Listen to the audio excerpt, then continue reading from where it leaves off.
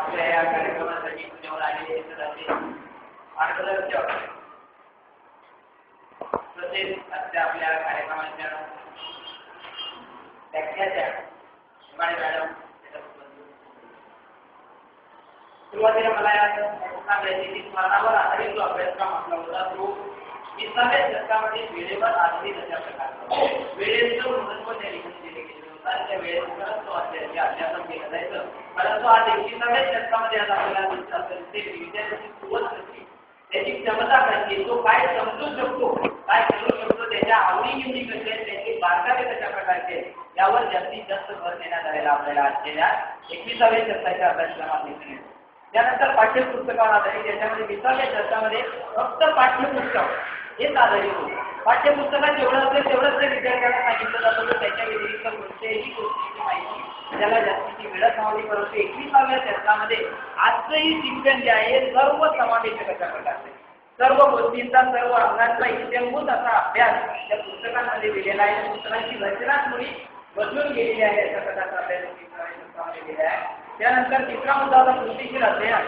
याच्यात थोड्या प्रकारचा निष्क्रियता आपल्याला आढळून येते की कृतीशील अशा प्रकारचं अध्ययन नव्हतं, पण आजचं जे अध्ययन आहे 21व्या शतकाचं हे सर्व अध्ययन कृतीशील कृतीयुक्त अशा प्रकारचे कृतीशिवाय ठरणार नाही. प्रत्येक गोष्ट, प्रत्येक अभिनय, प्रत्येकाचा कृती असेल तर तो अभिनय अधिक उठून येतो.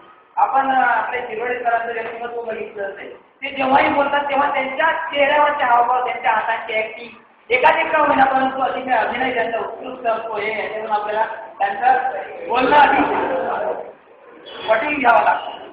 त्यानंतर सहकार्याचा अध्ययन पुढचा मुद्दा आपला. तर याच्यात पूर्वी 20व्या शतकामध्ये 4 भिंतीमध्ये फक्त विद्यार्थ्यांना शिकवलं जातं. गुरुकुल असो, आश्रम असो अशा पद्धतीने. परंतु आजचे हे जे युग 21व्या शतकाचे आहे याच्यात मुक्त अशा वातावरणामध्ये त्या विद्यार्थ्याला संचार करायचा. त्यांना स्क्रीन सोडलं जाते, तुम्हाला काय पाहिजे, कशा प्रकारचं अध्ययन करायचंय यावर जास्तीत जास्त भर देण्याचा प्रयत्न 21व्या शतकामध्ये केला आहे. नंतर माहितीचा पुरवठा पुढचा घटक. याच्यात 20व्या शतकामध्ये फक्त शिक्षक हा ते केंद्रबिंदू. आजचा जो 21व्या शतकामध्ये अनेक माध्यम, शिक्षक हा एक मार्गदर्शक ठरलाय. शिक्षकाने मार्गदर्शन करायचं आणि इतर सर्व माध्यमांच्या द्वारे तो विद्यार्थी 21व्या शतकामध्ये आज पुढे पोहोचलेला आपल्याला दिसेल. त्यानंतर पुढचा पॉईंट होता विद्यार्थी स्वातंत्र्य.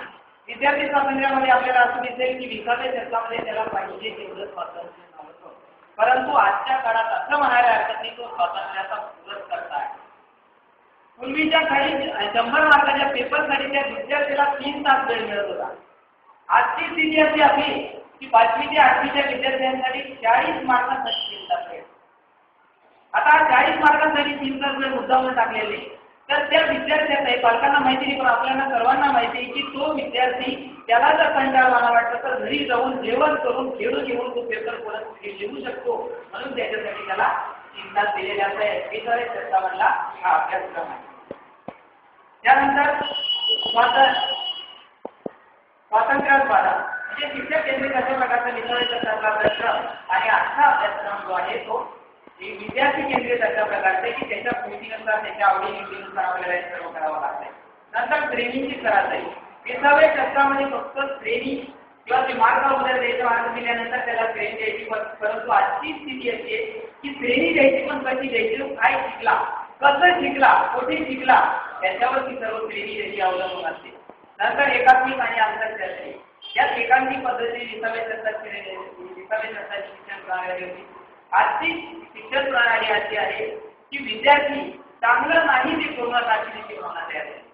जे चांगलं आहे तेच करावं, चांगलं नाही ते करायचं नाही. त्याच्यात आपला वेळ फुकट वाया घालवू नका, ती करायची आहे. नंतर प्रसार माध्यम. पूर्वीच्या 20व्या शतकामध्ये अध्ययन आणि मूल्यमापनासाठी सर्व प्रकारचं जमीन साहित्य आपल्याला मिळत होतं, परंतु आजच्या घडीला 21व्या शतकामध्ये प्रत्यक्ष सादरीकरण आपल्याला प्रत्येक ठिकाणी पाहायला मिळतं.